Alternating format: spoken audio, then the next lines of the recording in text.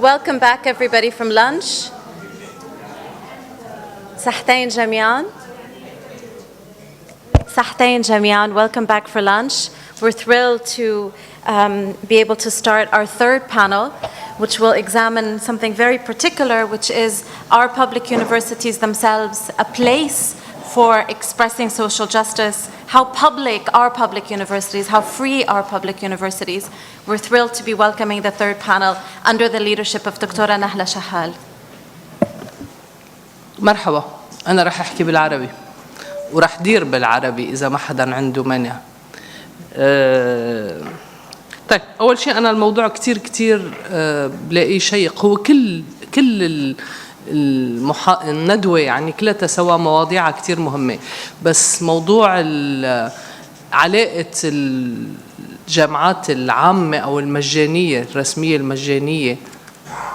المجانية مش الأهلية المجانية اللي بتصير باب للزبائنية مثلا، بمفهوم العدالة الاجتماعية. بعتقد أنه مسألة جوهرية اليوم، ومش بس بالمنطقة العربية، طبعا بكل المنطقة العربية، بالبلدان يلي قامت الجمهورية فيها وقامت فكرة مساواة المواطنين على فكرة حق الناس كلها بتعليم مجاني وألزامي، مثل بلد مثل فرنسا مثلا.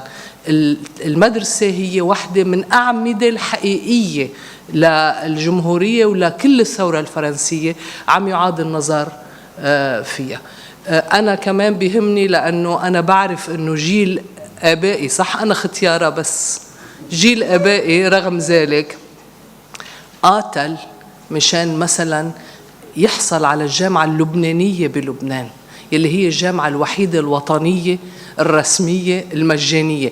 نحن بنسميها، أنا علمت بالجامعة اللبنانية، درست وعلمت بالجامعة اللبنانية اختيارا موقفا، ويلي هي لو بده ينعمل خطة منهجية لتدميرها ما كان بينعمل أحسن. طبعا في ظروف موضوعية، بس في كمان أنه في خطة متعمدة يمكن بخلفيتها أنه أولاد الفلاحين وولاد الأحياء الشعبية وولاد العمال مش ضروري يوصلوا على الجامعة، يروحوا يشتغلوا. طبعا هيديك المهن ميكانيسيان ولا حداد، ولا مش هي مهن حقيرة، هي مهن ضرورية. بالمناسبة مثلا كندا بتاخد كل الناس اللي عندهم هيك مهارات، ما بتاخد اللي عندهم شهادات جامعية. بس حق الإنسان بأنه يسكن وياكل ويتطبب ويتعلم، بعتقد أنه هو كنا محسبين أنه القرن العشرين ثبته، وأنه مفروض أنه البشرية عم تمشي لقدام لتثبيته، لمزيد من تثبيته. بعتقد في مراجعة لهيدا الشيء. ما بدي أحكي أكثر من هيك، بس لألكم أنه أنا متحمسة لإدارة هيدي الجلسة ولا الموضوع ولا اللي بدهم يحكوه الستات لهيدي الأسباب كلياتها. طيب، في عنا أول حدا رح يبلش يحكي، بعتقد هي رحاب صقر من جامعة القاهرة، اللي رح تحكي لنا عن التعليم الجامعي المجاني، جودة المنتج ومعنى العدالة الاجتماعية المتغير، التجربة المصرية من سنة 50 إلى اليوم. تفضلي. Thank you, Mrs. Chairwoman. Thanks to the organizers for having me, and thank you all for being here. If the title of this panel is "Are Public Universities Expressions of Social Justice?" My paper argues that according to the Egyptian experience, the answer is no. And I just give you an introduction of the free education in Egypt. So what is the story of the free education in Egypt, which is linked usually to the Nasirian period, to Nasser.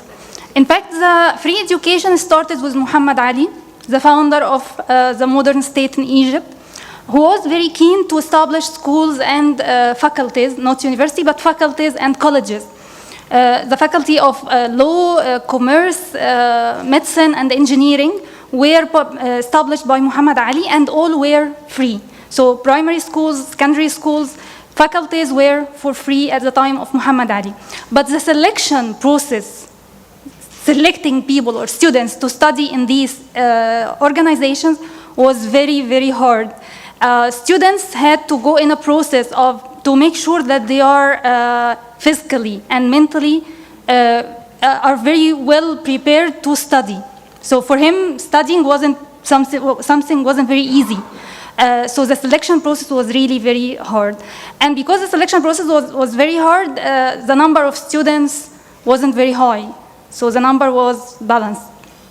Then, at the time of British colonialization, the British authorities put fees on education. And it said that they wanted to decrease number of educated people, and so to decrease awareness.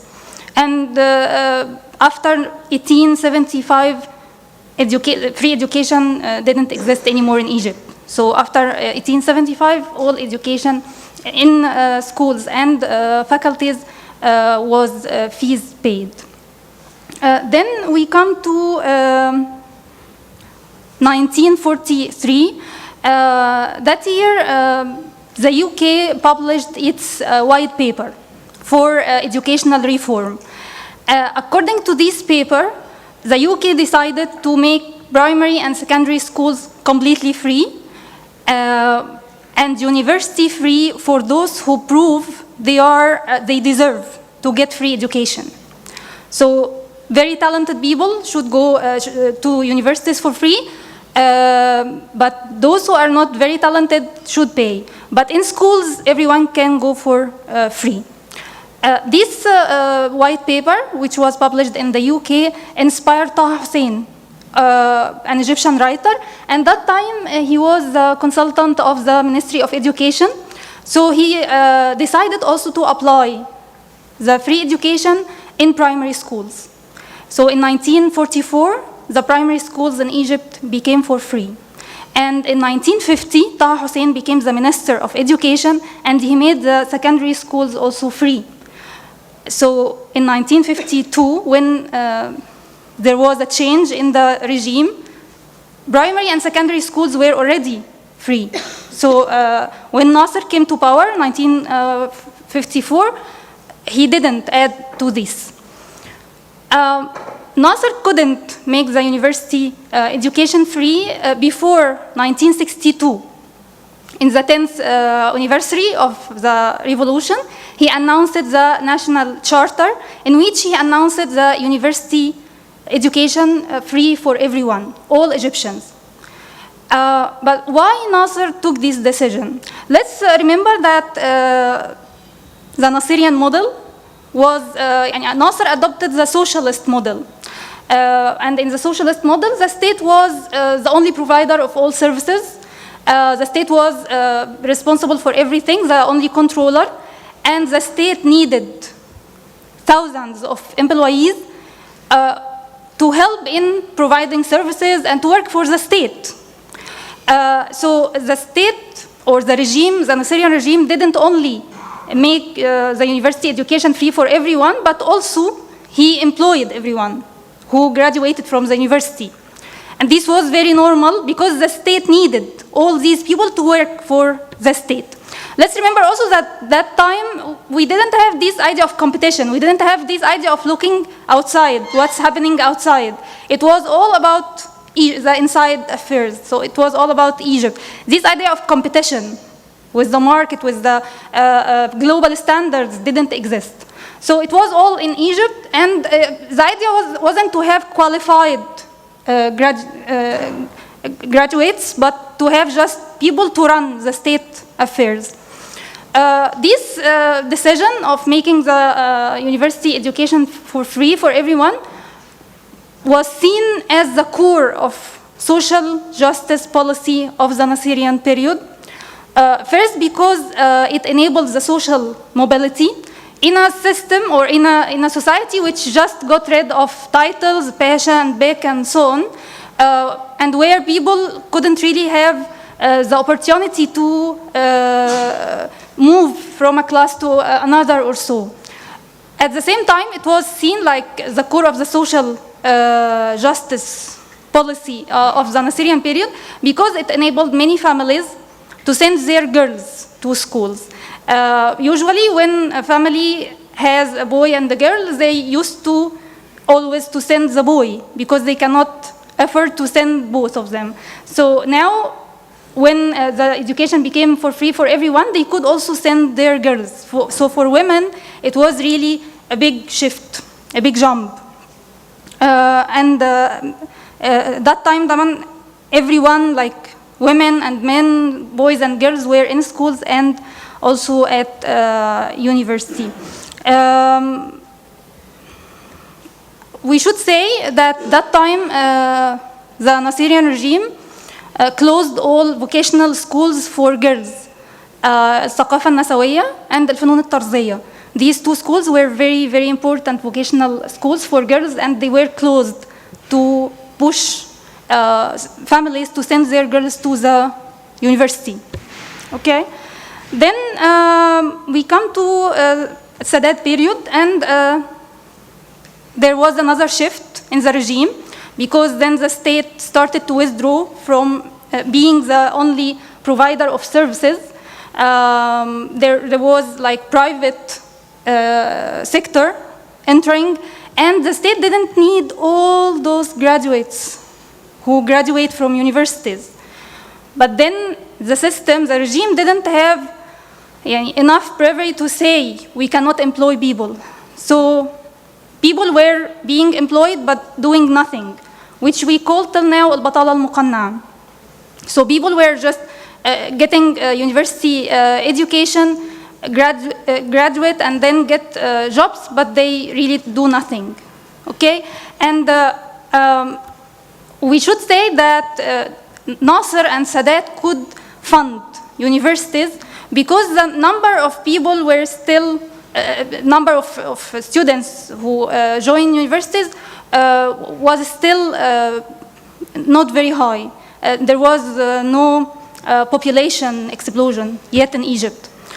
So they could fund universities in a good way, not in a perfect way, but at least in a good way. In Sadat period, we had a problem in the professional sector, so we didn't have workers because everyone wanted to join the university and to graduate and to get a job and to have an office, so we didn't have workers.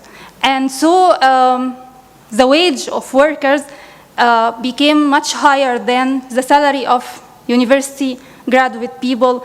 And there was a problem in the structure of the society because workers and illiterates became even richer, and university graduates became like poorer and poorer.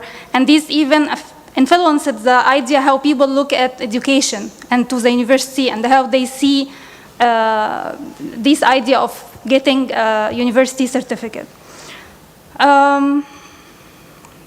So now what is the situation? Yearly in Egypt, there are 350,000 of students who join public universities, and this is every year. The expenditure on higher education, the percentage of expenditure on higher education of the public expenditure is like 10%, and this is very low. But the budget, the Egyptian budget, cannot really afford more than that. The state spends less than $1,000, about $900 on the student in the Faculty of Medicine and Engineering, and less than $600 on the student in the Faculty of Law or Commerce or Social Sciences or so. And so we don't have really labs, and these numbers are really very low comparing to other countries. So we don't have labs. Students cannot go to have real experiments, and so we have also problems in libraries. Students cannot join lectures because the number of them is really very high comparing to the physical places. So they have to listen to lectures from outside or to sit on window sills or so. The conditions themselves are not really good for students to understand and to be good graduates. Okay. Another problem now is that the students can retake exams for 4 years for the one grade. So for the first grade, they can retake exams for 4 years, and then they go to the second grade, and then they can retake exams for 4 years, which means they can spend 16 years to graduate from a faculty, which is 4 years only. And in all these years, the university spends on them.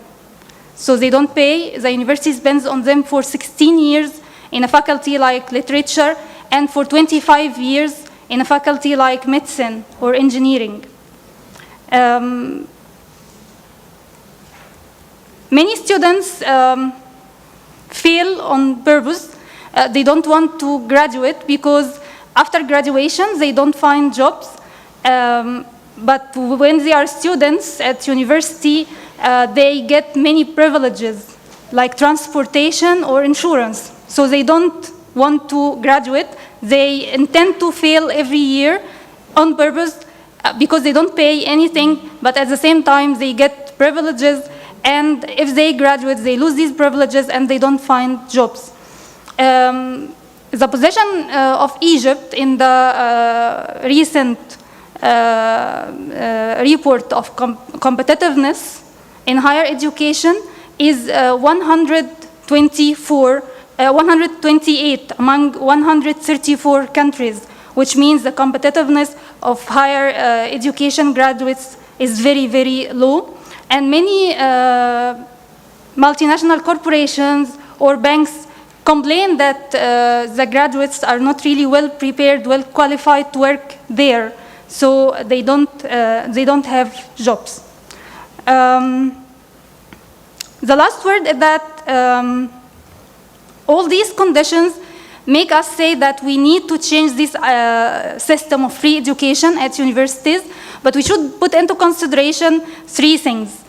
First of all, that it's not really a free education system because in statistics, most families spend about 44% of their income on students in private lessons, in buying books to them, in all these things. So it's not really free education. We just should be brave to confess it's not free and to restructure it. The other thing is that when we say we should leave this free educational system, we should know also that there should be always a place for talented people to get an education for free. So the idea is that talented, qualified students can continue for free, but others who fail or who cannot fulfill the requirements should pay for that. The last thing is that when we speak about this system of free education, and we should think very well in the structure of wages and salaries in Egypt, together with canceling subsidies or free education, we should think that this should be complementary with changing the structure of salaries and wages in Egypt, because Egypt is one of the very lowest states in salaries and wages. Thank you all. شكرا لرحاب. أنا عندي لألا سؤال بعدين طبعا بتجاوب عليه. يا ترى الكفاءة لازم تطبق بس على الفقرة؟ يعني منحط إنه اللي بيكون شطور ما بيدفع، واللي بيكون مش شطور بده يدفع. يلي مش شاطر وأهله أغنياء بيتعلم، يلي فقير وطبيعي إنه يكون عنده صعوبة حقيقية بإنه يكون شاطر، لأنه من إنه ما درس بمدارس مميزة لأنه ما بيأكل منيح بالبيت لازم يدفع أو يروح يشتغل سنجري. بعتقد إنه هيدا مفهوم بيغيب عنه كل الأساس الاجتماعي للنظرة لمسألة خطيرة اسمها التعليم. التعليم حتى أخطر من الصحة، حتى أخطر من أي شيء. فأنا عندي سؤال بس حشرية، بدي أعرف ليش الكفاءة والتميز لازم يتطبق بس على الفقراء. على أي حال، السيدة أو الدكتورة نهلة عبد التواب بدها هي من مجلس السكان. عفوا، يعني نهلة عبد التواب سميتي مش موجودة. سلمى أبو حسين، أنت من مجلس السكان كمان؟ أوكي، بدك تحكي عن ثمن التعليم الجامعي المجاني في مصر، ما هيك؟ تفضلي، وانتبهي علي لأني رح أسألك أسئلة لئيمة مثل سؤالي لإلها. And I'll be answering the question actually in the presentation. As Dr. Rahab mentioned about the free education policy history, so I'll be skipping the first slide. So in order to understand is the free education policy effective or not, and does it really provide equal opportunity for students entering university, and is it providing equity for all? We wanted to look into the background characteristics of students, particularly their wealth, their income background. And we wanted to see, starting with basic education, because there's a filtering process that happens in the middle. So as you can see in the presentation here, the Q1 is the poorest quintile, and Q5 is the wealthiest quintile. As you can see in basic education, there's no much difference in terms of the wealth quintiles and the enrollment of university. The change happens by entering secondary education, which is particularly associated with a lot of cost, given that there's a lot of private tutoring. And so within secondary education, there are two tracks. One is the general secondary track, and the other is the vocational secondary track. The vocational secondary track is known to be attractive for those of the poorer quintiles, because it does not involve a lot of private tutoring, and most of them don't end up in university, only 7% who enter university. While the general secondary track, the main track for entering university, is very much associated with private tutoring, very high cost. And as you can see here, the wealthiest quintile is 61% of them enter university, while it's only 42% amongst the poorest quintile. As for university, of course, the bulk of vocational secondary students are omitted, so it's reflected on the enrollment within university. So you'd find that only 5% of the poorest quintile entering university, while 36% of the wealthiest quintile entering university. So it's a 1-to-7 ratio.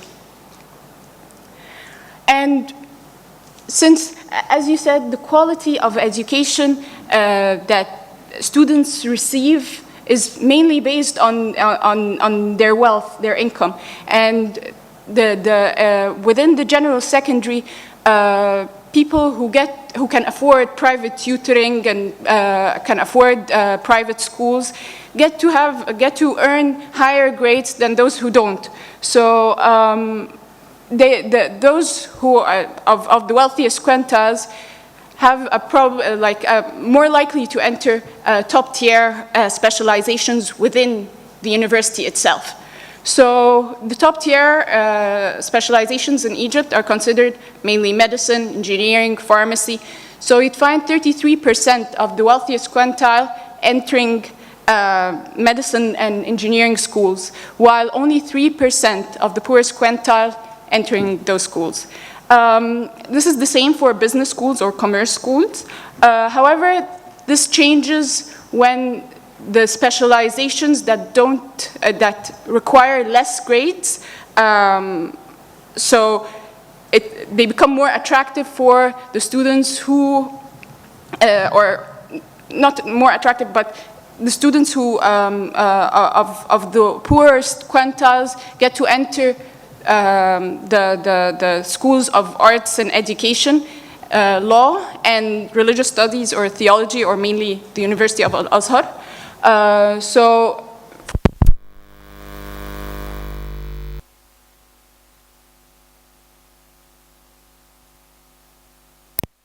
Okay. So in the case of law schools and religious study schools, 40% of the poorest quintiles get to enter these schools, while only 13% of the wealthiest quintiles get to enter these schools because they're not as prestigious, obviously, as the top tier schools. Also, in terms of wealth, it's very segregated geographically.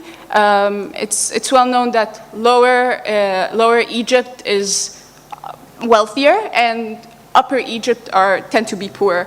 So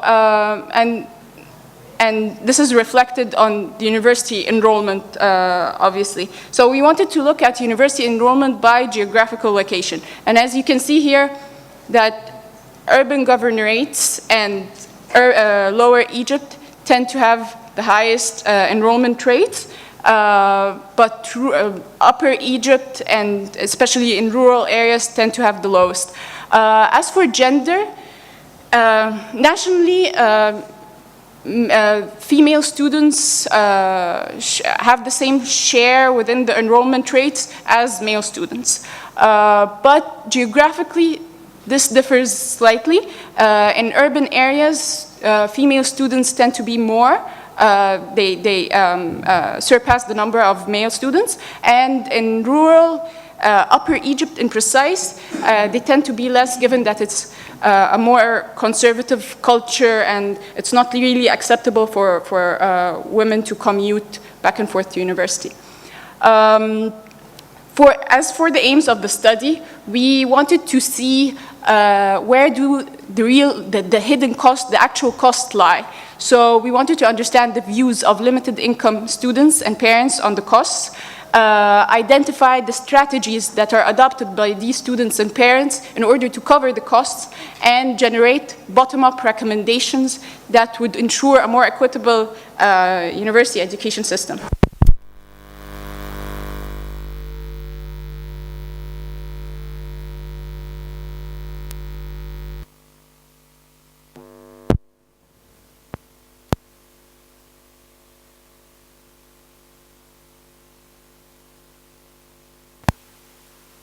Okay. So the research methodology, it was an exploratory qualitative study. It mainly relied on focus group discussions with limited income students, males and females, from art schools and from science schools. By art schools, I mean theoretical, and by science schools, I mean practical schools. And parents, mothers and fathers. Also, we conducted in-depth interviews with male and female students, half of whom received financial aid from the university or from other institutions. This study was conducted in Suhaig, governorate of Upper Egypt, considered one of the poorest governorates, and in Alexandria in Lower Egypt. So the findings of the study. Everyone we interviewed complained from the high cost of university education. As you can see here, a father in Alexandria says the cost ranges between 5,000 to 8,000 Egyptian pounds, which is equivalent to $500, $800 per academic year, and it could reach to $1,000. This is totally unrelated to the tuition fees. The tuition fees are very nominal, almost $15 to $35. And as you can see here, the father in Suhaig says the tuition fees are not a big deal. The problem lies in the other costs, like buying textbooks, photocopying, and purchasing tools. So we wanted to see what are these other costs. One of the main reasons of this burden was the textbooks, the price of the textbooks. The price of the textbooks in science schools tend to be higher than those in art schools. However, students of art schools had more books were required to buy more books. And when I say required, it's because professors employed tactics. They publish books that for their course, and they expect their students to buy it in order to pass the exam. So they would have like a form within the book for the student to fill out and cut out and hand it to the professor in order to make sure that the student bought it. So a female student in Alexandria said, I did not attend the exams in my first year because there were so many books to buy, and my brothers and sisters have been to university, have been university students, so I couldn't buy them. Also, a father in Suhaig said, I borrowed a textbook from my daughter from a friend of mine. The professor saw the book during his lecture and recognized it was an old edition as he changes the cover every year. She was forced to buy a new book afterwards. As for private tutoring isn't very, it's not as common as it is in general secondary education. But it still exists in university education. It tends to be higher, more expensive in science major or science schools than in art schools. But many of the students we interviewed said they did not resort to private tutoring as they cannot afford this kind of money. For materials and supplies, there's a general lack of materials and supplies in university and public universities, particularly in laboratories and workshops. The students of science schools tend to pay more, obviously, because a more practical approach. A female student in Alexandria said, School of Vet Medicine has poor facilities, and sometimes we collect money to buy material. For instance, we want to examine the fetus face, so we buy quail eggs. For the transportation costs tend to be higher with female students as they want to, they pay more for safer means of transportation. Also, some of these students' parents would accompany them to the university, back and forth from the university, especially if they live in rural areas. A quote,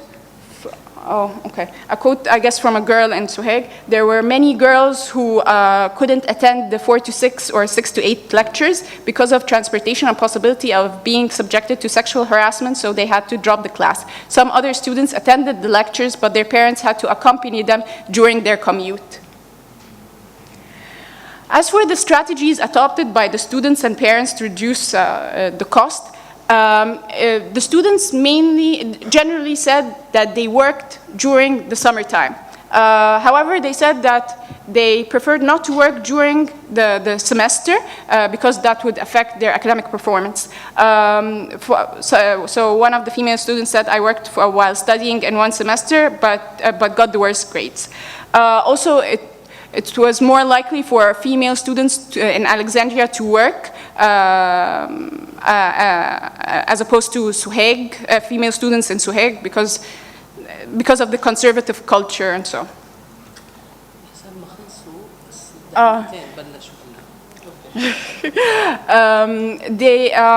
The students also try to economize on food and transportation. So, for example, they said they would skip classes sometimes just not to cover the cost of the transportation, and would economize on food and meals by preparing their own meals at home. As for parents tended to work more. Night shifts, raising poultry, especially in rural areas, raising poultry and cattle and so. But they also said that they tended to marry off their daughters to reduce the burden of the expenses. So one of the mothers, and of course this in turn reflected on the girls' pursuit of university education.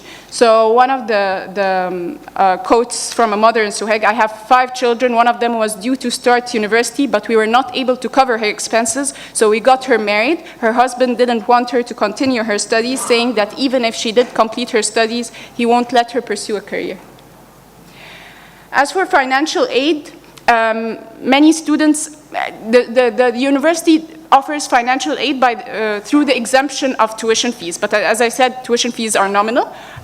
Many of the students we interviewed didn't know about the financial aid at all. The financial aid also, the process of applying for a financial aid was viewed as really bad for the students, or they thought it was a humiliating process. It's even called in Egypt shahadat al-faqr. From a quote from a female student: "My father is a pensioner, so I applied for financial aid in my 2nd year in university. I felt humiliated by the treatment of the administrator in charge, as if I was taking something that I didn't have a right to. I didn't go back. I would rather ask my mother to borrow money than feel humiliated." And they mentioned that there was favoritism and nepotism in securing financial aid as well. So finally, the recommendations. The students and the parents suggested an increase in financial support for students who cannot afford university education through scholarships, through businessmen donating money for public university and contributing to the improvement of public universities. Another suggestion was contribute to reducing the cost of textbooks, transportation, study materials. Like textbooks can be uploaded online, transportation can be offered by civil society members and the universities itself, and especially for rural areas. And study materials, the university can contract with suppliers in order to offer cheaper materials within the university. And finally, enhance university's resources and students' capabilities. They wanted to see the university to capitalizing on the manpower they already have, which is the students, by employing them or hiring them within administrative jobs within the university, in order as well to prepare them for the labor market and to make them aware of, and they can cover the cost of the university. Thank you.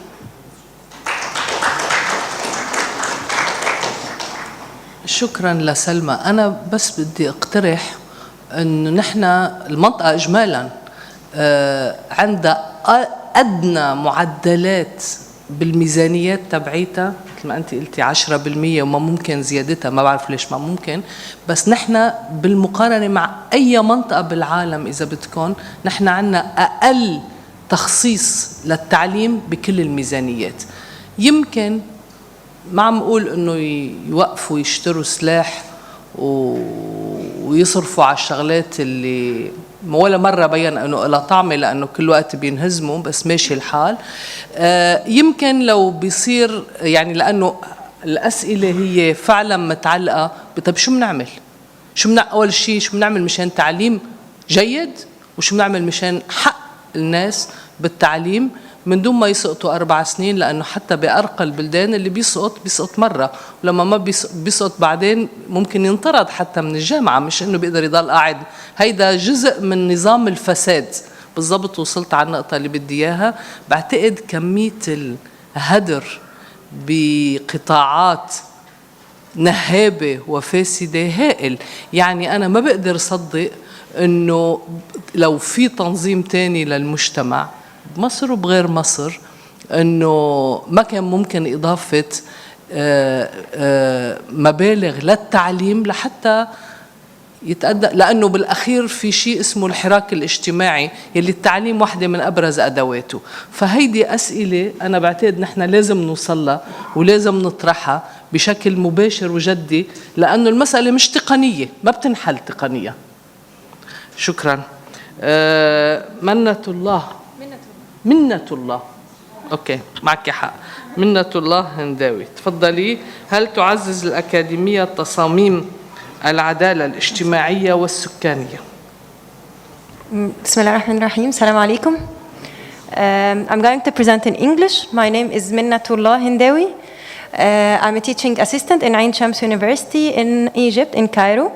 And I just finished my master's between Stuttgart University in Germany and Ain Shams University about connecting urban policy making and implementation in Egypt. So I'm going to speak about how far academia reinforces socially, spatially just design. It's a different perspective from an urban planning and architecture dimension. So to start with, just a quick reminder about the revolution, the three main premises of the revolution: the bread, the freedom, and the social justice.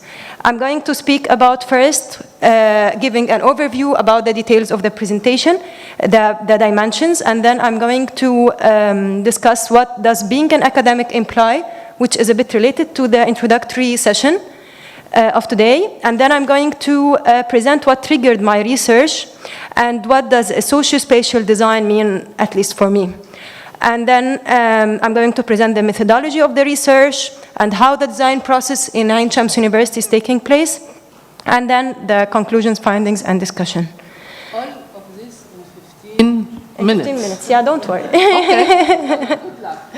So to start with, what I'm speaking about academia, universities, theories, and I'm speaking surely about the society, the people, Egyptian citizens. I'm also speaking about politics, and I'm speaking about, from a physical or spatial dimension, the urban planning and design part. My research scope is about the higher education in Ain Shams University, Faculty of Engineering, Department of Architecture, the section of Urban Planning and Design. So it's inside the Faculty of Engineering.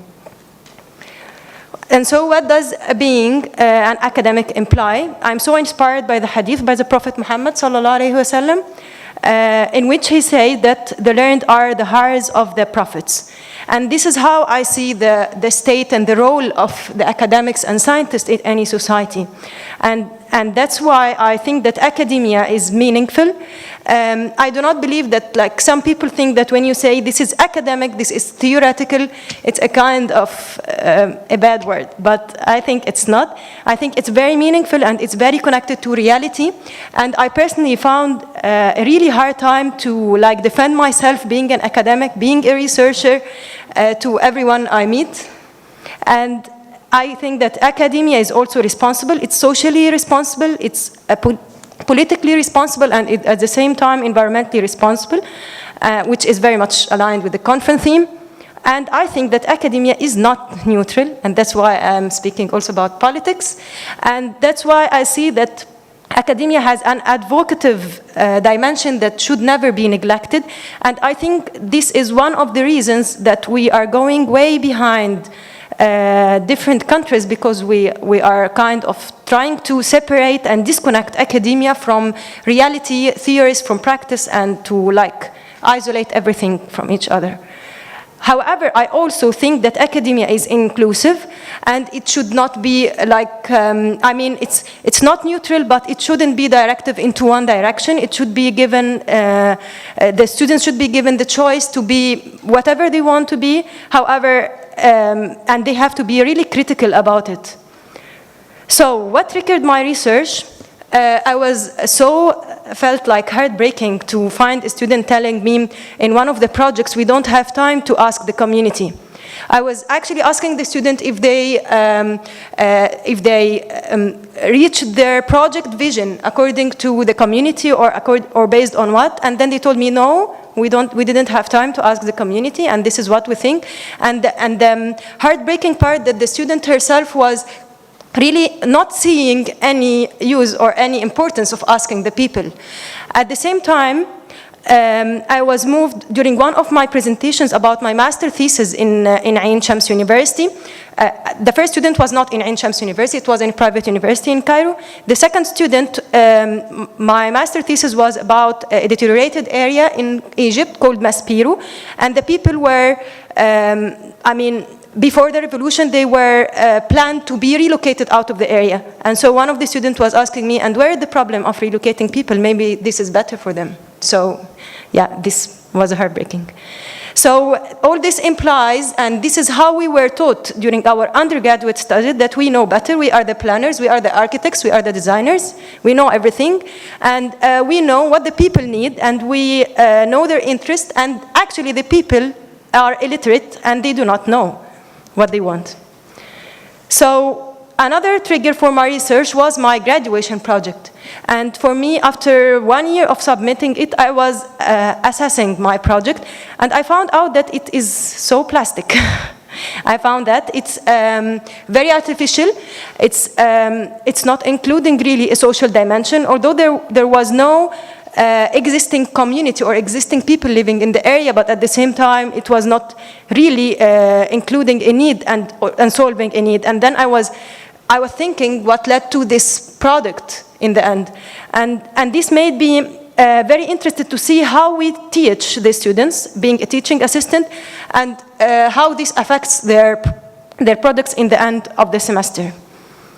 So does academia reinforce socially, spatially just designs or not?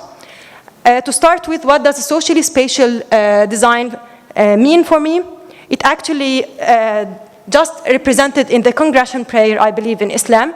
And I think that all the people, everyone stand beside each other, and they are given a kind of a space according to what they need in the prayer, which is the spatial fair or just part of the prayer. And at the same time, there is no difference between the wealthy and the poor. There's no difference between whoever having a university certificate or whoever is not. So this is basically what I mean by socially spatial design. My research methodology is according to me being an observant and participant of Ain Shams University higher education system, and I also went through the curriculum of them, and the course specifications of the different subjects of urban planning and urban design and architecture design to see if they really have a social dimension or not. And I also went through seeing the product of the students in the end of each semester. Is it really an artificial thing or really a realistic and practical project? And I did some interviews with professors and with urban experts, and I'm planning to continue my research with the students as well. So I was aiming to answer 3 main questions in order to answer the general question of the research, which is, who are we designing for in academia? Designing according to who, and do projects in academia reflect reality or not? By looking at the design process of the projects in the urban planning, for example, just like an abstract view of it, we are having a program, and afterwards it's given like a sheet of paper for the students to have, for example, a project for a residential building, and then we have a phase for site analysis, which quite takes from 2 to 3 weeks from the semester. And then we develop the project throughout the semester, and then we have the product. For me, this has a lot of issues. For example, the first phase of the program, it's very much professor-centered, and it's driven by the professor only, and it's centered on the teachers. The second process is very physical. It's normally we do not have the social aspect. We do not, as the student said, we don't have time to ask the community. And the third process is so much student centered, and at the same time the student is trying to just like do whatever the professor wants, and then the product is out there, and then it's shelved, and no one knows how it really affects reality, and there is no connection. So the process is linear, it's not cyclic, and I think this is one of the core problems in the higher education. So who are we designing for? We are kind of having a strong relationship between the professor, who is the client of the process itself, and the student, and where the community is absent. They are absent, their vision is not included, and even if when they are part of kind of social screening for the communities, in no way they are involved in the design process, and in no way they are involved in the vision setting process. So even if we ask them, we just ask them to collect data. So we just like get from them what we want, but we do not really benefit them in the end. This is very much similar to what's happening in the city itself, and this is one of the pictures which really made me so sad, because it's the president with the Minister of Housing working on the new capital city project. I don't know if you hear about it, but it's one of the projects that came out last March, and it's also a project that is artificial. However, there is progress in it in reality, and I think the picture says it all. The project is done in the office, and it's done to please the president, not the people. And it's just like the expert and the president discussing for the community what they want. I personally think the cities should be built by people and should be built for people. And in no way this can happen inside the president's office. So at the same time, by looking at the design process, if we look at very generally on Egypt, we have generally 5 types of neighborhoods. The first one is the high-class gated communities. The second one is the upper middle and middle areas. And then the low middle-class district, the deteriorated areas, and the informal areas. Most of the projects inside the universities are focusing only on the first 3 ones. Sometimes some courses tackle informal areas. For example, in our urban planning undergraduate course, we had 1 lecture about informal areas, but we never went to an informal area. It's just like from outside activities. By asking one of the urban researchers, his name is Yahya Shaukat, he mentioned, my first thoughts are that all my professors see themselves as the end user, especially those who see themselves as middle class. Therefore, their planning revolves around them and their interests. So middle class neighborhoods accessible by cars, homes for families of 4, and of course, Cairo is the center of the universe. So we design only for ourselves, and we do not see things. And I found actually the numbers provided by Salma in her presentation very much appealing, because if we look at the percentages of the people who enter the university, they are mostly more rich. So this is kind of related. And he also mentioned that you will probably note that through the generation, the ones who dreamt of and designed Mohandesin lived there. Mohandesin is like an upper middle class area. And the one who designed for new cities lived there, and so it's a cycle that never ends. So in reality, is this the reality? No, it's in 2007, 63.3% lives in informal areas. And so this kind of shows a gap between what's happening inside academic institutions and what's happening in reality. So we kind of only focusing on the background. We are focusing on high-class neighborhoods. We are not really looking on the real picture. This is also showing an aerial view, a map for a part of Cairo. It's showing one informal area inhabiting all this amount of people versus an uptown gated area inhabiting only 20 to 25,000 person. So we are designing for the 20 to 25,000. So definitely a project like this is not what is needed at that time. And at the same time, this made me, my research finding is that it's not just learning that's important, it's learning what to do with what you learn, learning why you learn things that matter. And it's important to look at behind the why thing, and I think we do not teach students in this direction. We definitely do not teach them to be critical. So my main conclusion of the research is that how can really academia reinforce socially spatially just design, just by like going back to my questions of the research, to start with having community-driven projects and including the social studies part in it, like real social studies. At the same time, it's important to promote critical thinking strategies in our teaching, and I find it very important because students are really very passive. And up to now, even after the revolution, when you give them the choice, even to choose their projects, they just tell us as a teaching assistant, just select for us and we are okay. So for me, this is not accepted. The design process definitely should be cyclic and definitely should be having a practical dimension with the people and having a research map for the whole department to direct the projects. At the same time, it's important to expose the students to different contexts.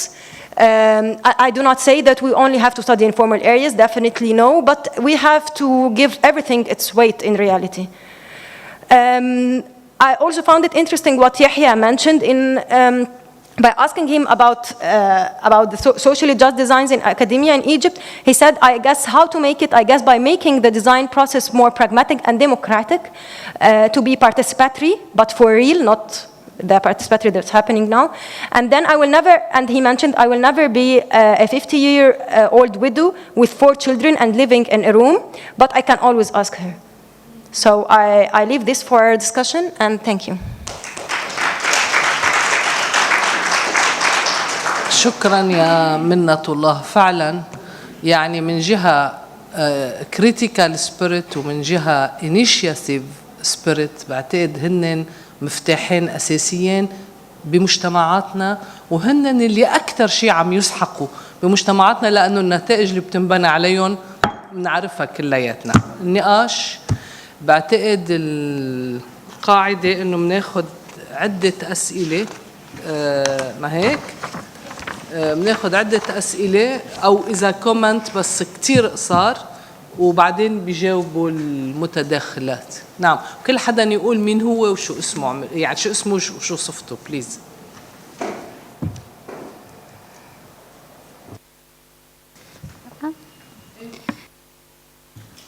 سوسن الشريف من مصر، مركز بحوث الاجتماعية بالجامعة الأمريكية. وأنا سؤالي أو كلامي لرحاب، وبس يعني بعتذر إن هقول إن ورقتك قاسية جدا جدا يا رحاب، منتهى القسوة على الفقراء. وعايزة أسألك، هل يا ترى المشكلة في المجانية التعليم ولا في نوعية التعليم؟ لأن زي ما شفت إن دراستك تاريخية، ومن وقت مش بعيد قوي أو متوسط يعني البعد تاريخيا، إن كان التعليم الخاص لما حد بيدخل تعليم خاص بيبقى حاجة مش لطيفة، وممكن يبقى حاجة كمان توصل إن هي حاجة عيب، إن إزاي حد داخل تعليم خاص وساب التعليم الحكومي المجاني، لأن نوعية التعليم الحكومي وقتها كانت أفضل.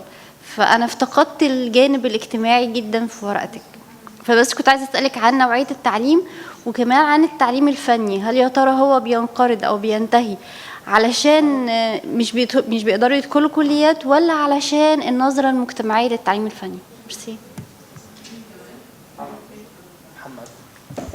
محمد جسيم، مركز المجتمع المدني والديمقراطية. هلا في عندي سؤالين أو تعقيبين. هلا لمنة الله، يعني أنا شفت العرض، بس سؤالي هل تعزز الأكاديمية تصاميم العدالة الاجتماعية والمكانية؟ وأنا عم بحكي عن آخر نموذجين اللي هن الأحياء الفقيرة والعشوائية، لأنه هي الأحياء هي فعليا من يصممها هن السكان نفسهم بإمكانياتهم البسيطة، مو الأكاديميين مو المهندسين. وبالتالي أنا بكليات الهندسة أنا إذا كان عندي مصاري فأنا بروح لعند مهندس يعني متخصص، ولكن بآخر نموذجين هي الأحياء الفقيرة من يصممها هن الناس نفسهم، وبالتالي هي الأحياء المهمشة هي تتكاثر عن طريق الناس نفسهم.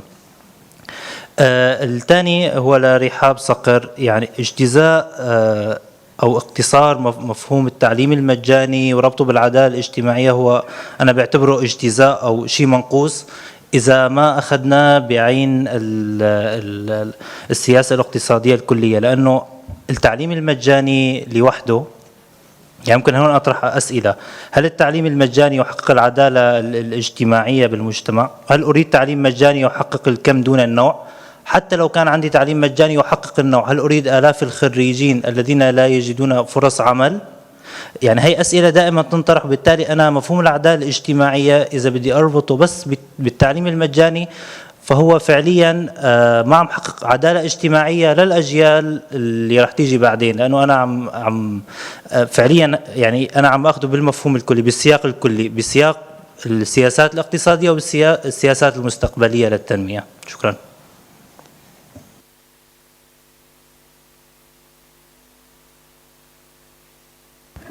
شكرا رباب عبد الهادي، سان فرانسيسكو ستيت يونيفرسيتي. بس أنا عندي سؤال واحد لمنة الله. اللي حكيت انت بالانجليزي فبدي اسال السؤال بالانجليزي. قلت انه لما حكيتي على السوشيو سبيشال ديزاين اعطيتي مثال الناس اللي بيصلوا، الرجال اللي عم بيصلوا. فانا سؤالي لك are you precluding the applicability of justice in socio spatial design outside Islam? Does it only because you said يعني are you inspired?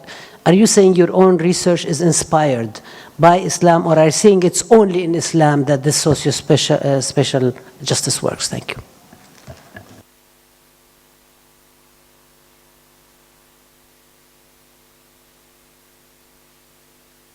Thank you. Those were excellent papers, really thought-provoking. My question is for, Karina Mullen from University of Tunis.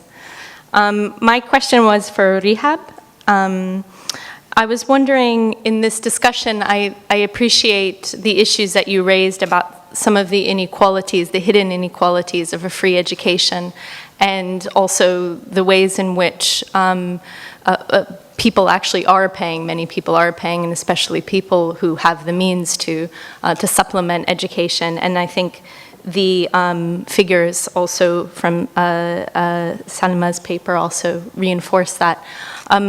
But I'm wondering, this move, you mentioned towards the end that maybe there needs to be a recognition of this. So I thought that, are you arguing for a move towards payments for higher education?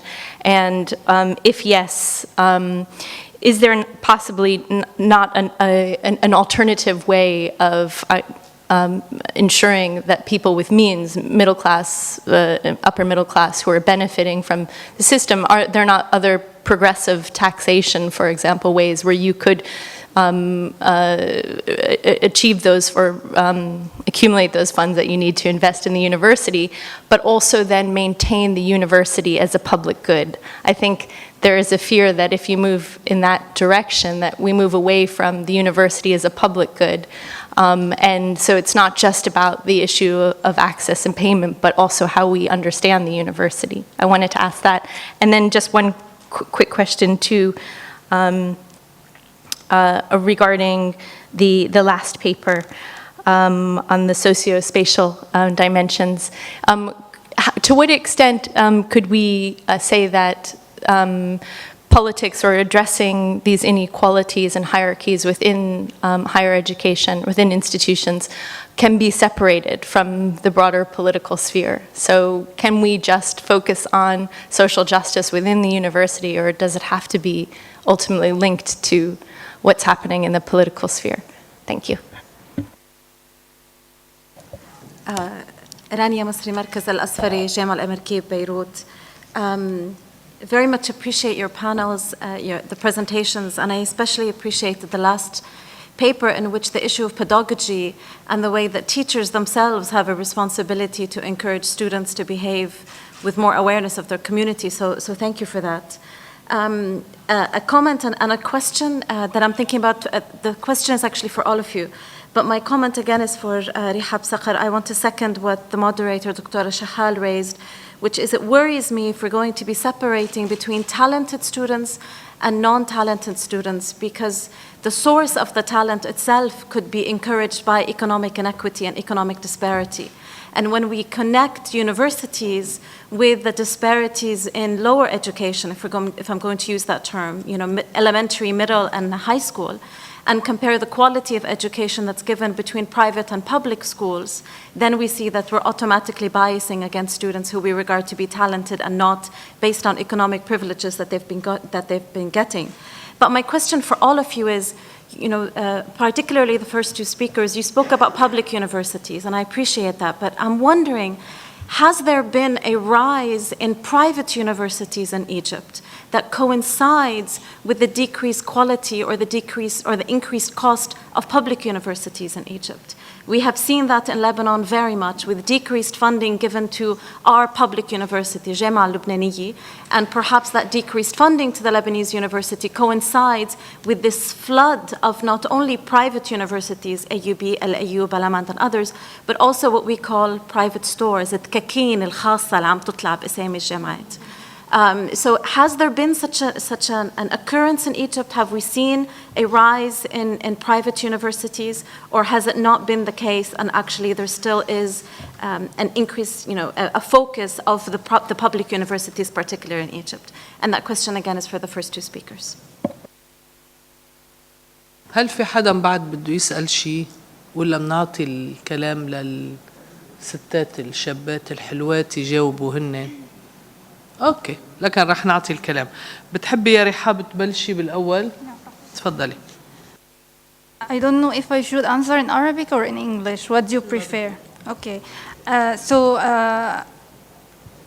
First of all, I think when we speak about funding public universities, when we fund failure, this is unjust. I mean, this is one of the social injustice features. Like when we fund people who fail and keep failing, this is unjust. And so in this case, public universities don't support social justice, because here we fund everyone, even those who don't really deserve. When we say that people keep failing and keep repeating and retaking the same courses for 16 years, and these cases exist, this is really unfair. So this is the idea of we shouldn't fund everyone. The other thing is that in recent statistical report, 80% of Egyptian families pay 44% of their income for private lessons, private lectures for their children. And this makes public universities, they are not really free. I mean, what I say is that we should be brave to say they are not free. For me, they are not, and for the reality, they are not free. The state does not fund public universities. People do. So what is the problem if we say this should be clear? As I said, Egypt, only the state spends 10% of the whole budget on education, higher education. But I didn't say it cannot be increased. In fact, it should be increased, but for some reasons, mainly the corruption. There's no way to increase it now. It should be increased. But for now, there's no way to increase it, and people pay for it. What I say is that we should make it clear that public universities are not anymore public. They are not anymore free. No, I didn't say that we should cut from the poor. In fact, they pay already. This is one of the things. Germany last year made all universities free. So for before, students had to pay for every semester, and now they don't need to pay anymore.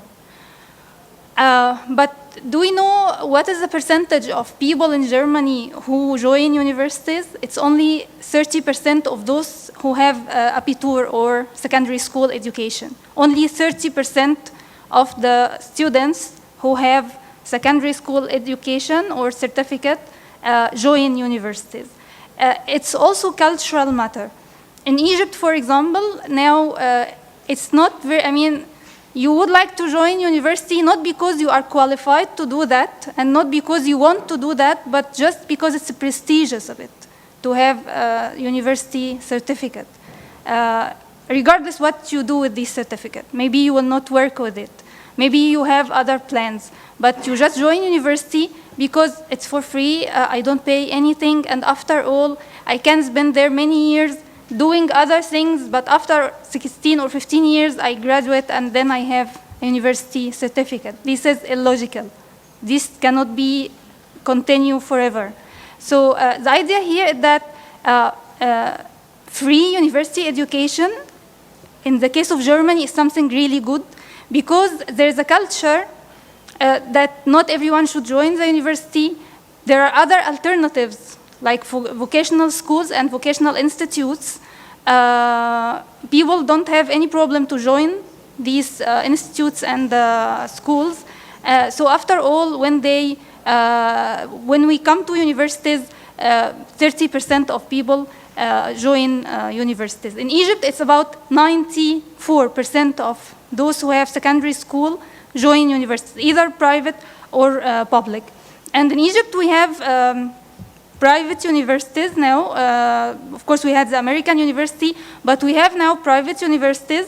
But the idea is that private universities, and since you pay, are not very good seen, and they are very expensive, so not everyone can join. But the idea is that the quality of private universities, except for the American university, is really low. So not many people would like to join them, even if they can join them in terms of money or fees. About vocational schools are being closed. So every year we close more and more vocational schools.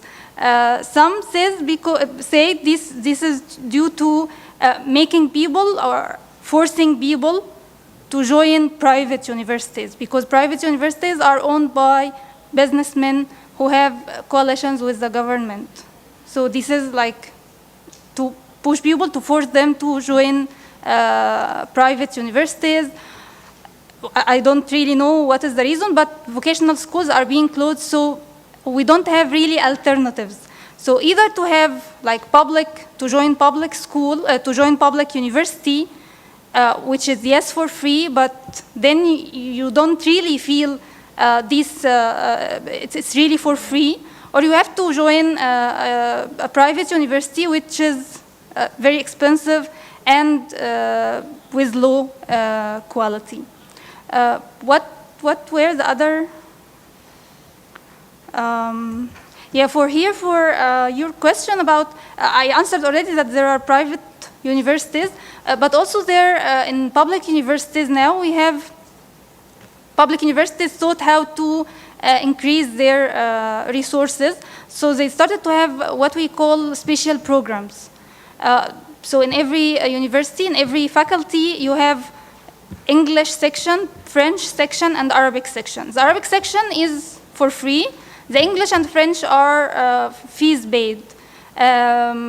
So if you join them, you pay more.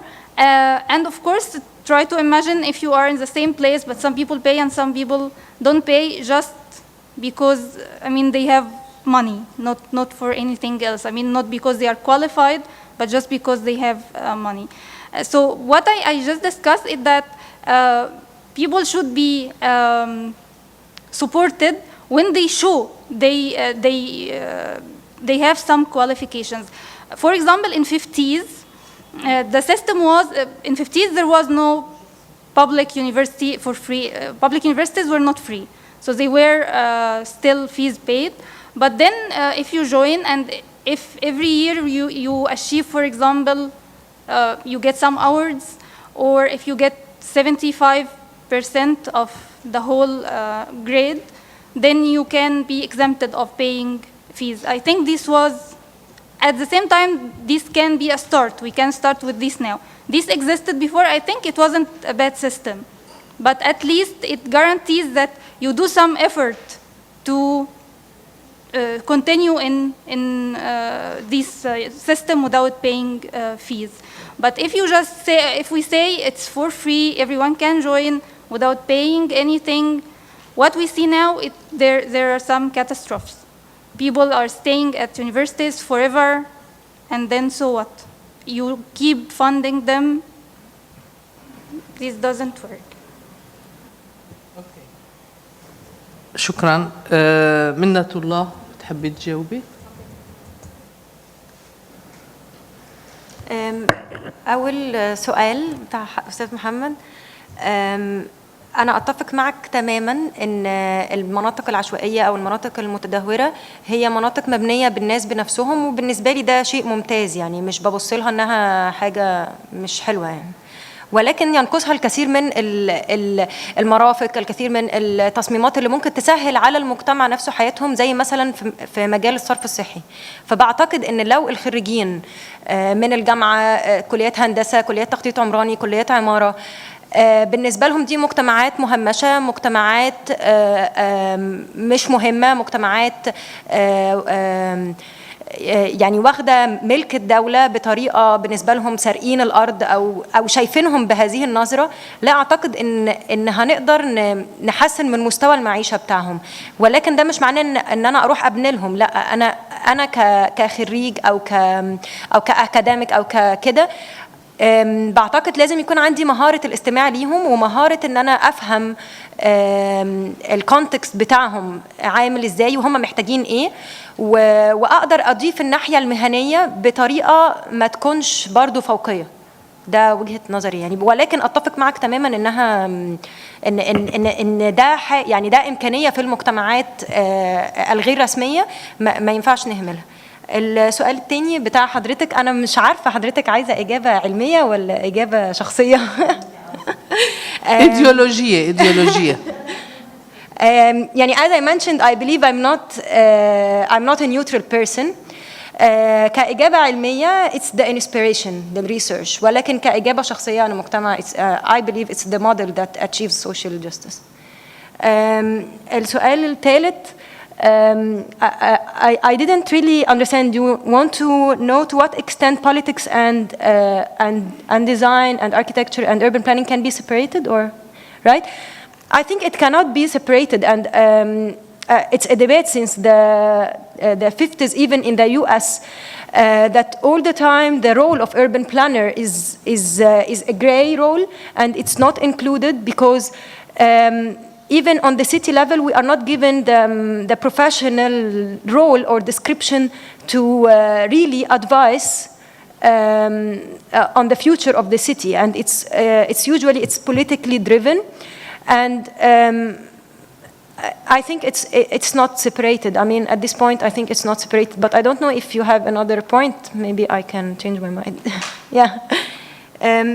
بس مش عارفة هل أستاذة رانيا سألت حاجة بس ولا كان لرحاب وسلمى؟ لا، بكل تأكيد إذا عندك معلومات عنها، إذا ما عنديش مانع إذا حضرتك فيك تجاوبي. انا بس ممكن يعني اتكلم على ان مثلا قسم العماره في هندسه عين شمس، هو الفيس تعتبر هي بالنسبه للاقسام الاخرى من هندسه، ولكن علشان مثلا بنشتري تولز كتيره او كده ما عندناش برايفت ليسنز قوي، بس كتولز كبرينتنج للمشاريع او كده بيتطلب انك يكون فعلا معاك يعني يكون الليفل بتاعك فعلا يكون اعلى. واعتقد لو تم دراسه يعني الستودنتس في قسم العماره بمقارنه مع الاقسام الاخرى، اعتقد هيكونوا ممكن من باك جراوند اغنياء اكتر. سلمى بدك تعلقي؟ هو الدكتورة رحاب ومنا ردوا على السؤال اللي هو بتاع البرايفت يونيفرسيتيز ده، يعني they covered. اعتقد انت رح تكون الاخير. لا اوكي، لانه صرنا الساعه 4 وما بعرف. اوكي تفضل. رامي علي من الاي سي. انا سؤالي لرحاب، طبعا موضوع صعب جدا. I understand there are different models and ways of looking at it, بس أنا سؤالي كان إنه يعني what proportion of enrolled students stay for 16 years, and how does that work if you say قديش نسبة يعني النسبة نفسها اللي هم بيقعدوا 16 سنة و 24 سنة، I mean how many are they, and how does that work with the kind of situation that you're describing, which is that it actually costs a lot of money to be at university. So I can't really get around it, and I think the main problem is that although you provided the historical context, it wasn't a very critical one in a sense. I mean, this is you know, I mean, the questions I had here was is this, you know, how on earth did this happen? You know, is this a set of structured disincentives, مثلا, for people? Where is the role of regulation? Where is the role of the state in all of this. So, I mean, I just don't understand how somebody could stay for 16 years and it costing 44% of their family's income, and in any way, how could that be attractive in any way? It seems more like people are going there in order to avoid day-to-day realities. So, I mean, I think there's something missing, يعني. That's how I feel anyway. No. لا بده يسأل. نعم. مرحبا. رح احكي بالعربي. منذر يحيى. انا من حزب الشيوعي اللبناني قطاع شباب وطلاب. شغلتين صغار. بدي افترض بدي اسلم جدلا حلينا مساله التعليم المجاني الجامعي. صار عادل وصار الكل عندهم فرص متساويه ليفوتوا على اي اختصاص بدهم. بدنا عندنا مساله الجامعات الخاصه بعد ما نخلص تعليم في عندنا فروقات كتير كبيره بالفرص اللي بتتقدم لنا اذا كنا جايين من تعليم مجاني رسمي او اذا كنا رافعين مصاري على التعليم الخاص.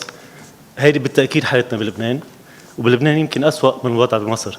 نحن حتى هيدي اللي سمتها دكتور راني سمتها دكاكين، حتى الدكاكين الجامعيه عندنا بلبنان فرص الحصول على وظائف عمل احسن من خلال دكاكين جامعيه بلبنان هي احسن من نكون خارجين من الجامعه اللبنانيه بظروفنا اليوم، مش ايام ما تخرجت ستنا هلا. اللي أنا تخرجت يا منذر كانت الجامعة اللبنانية مميزة. الجامعة اللبنانية كلية العلوم وكلية الحقوق وكلية السوسيولوجيا خلت الكليات الخاصة تسكر لأنه كان والهندسة لأنه كان مستوى هيدي الجامعات، لأنه كانت أول منها متأسسة الجامعة وكان في ناس عندهم فعلا رغبة بأنهم ينجحوها ومؤمنين فيها، فكان مستوى التدريس صحيح. أنا بسمع شيء من رفاقنا فهيدا ما له علاقة بتعليم مجاني منهار عمدا أو كفكته أو تعليم خاص، هيدا له علاقة بمجمل البنية. السؤال الثاني يمكن رح يكون للكل.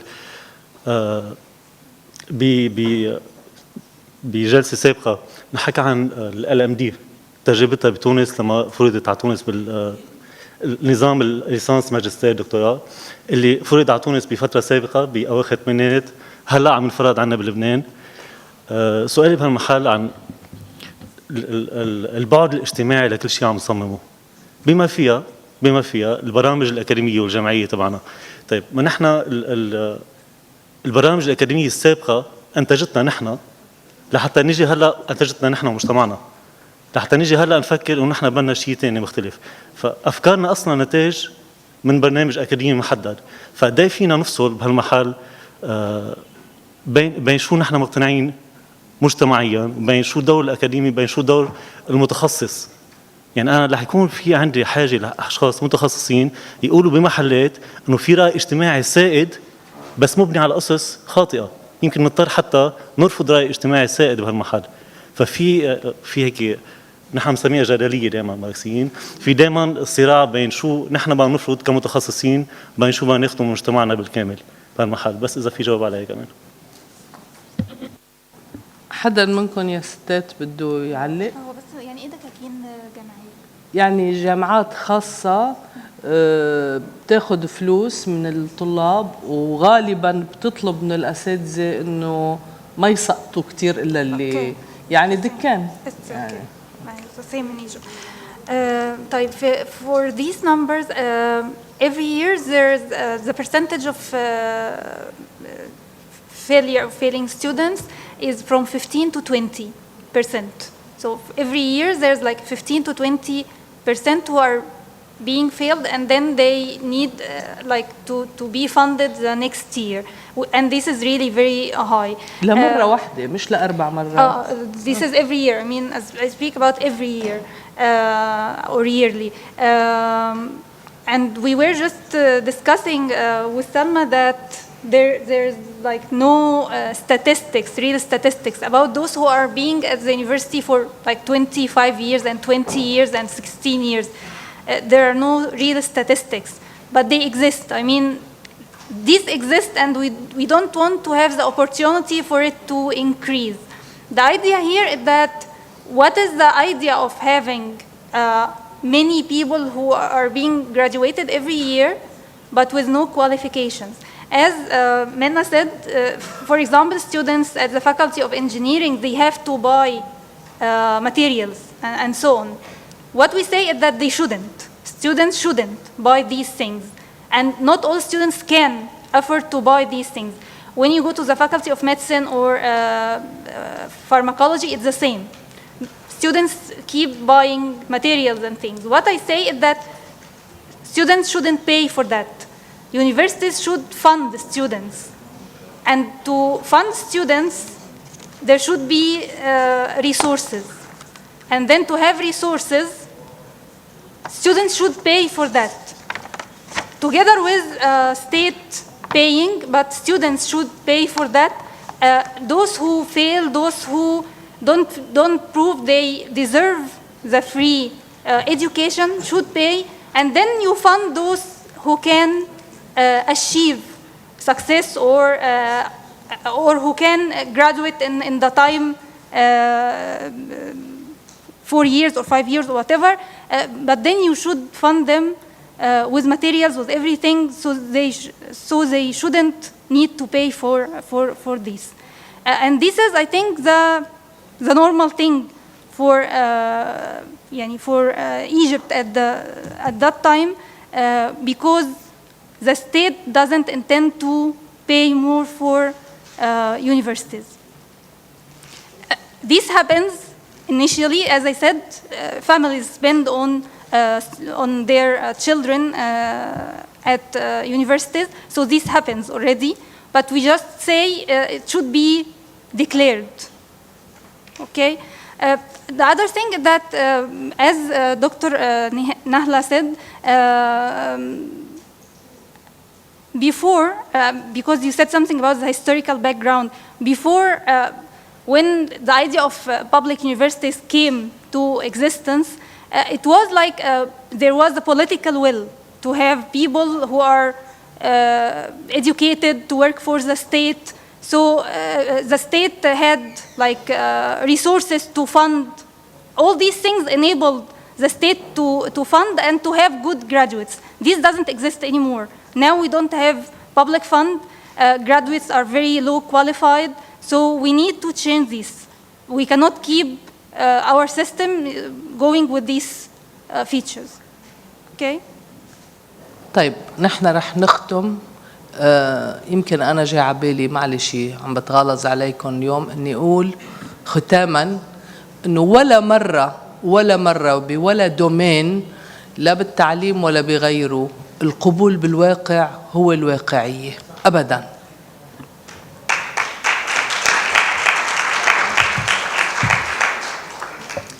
شكرا كثير دكتورة نهلة والباحثات. في استراحة نص ساعة أو بالتحديد 22 دقيقة. إذا بكون ممنونة إذا فيكم كلكم ترجعوا للقاعة الساعة 4:30 نعرف شوي عن الحراك الطلابي بالجامعات بمحيطنا. شكرا كثير. شكرا دكتور نهلة.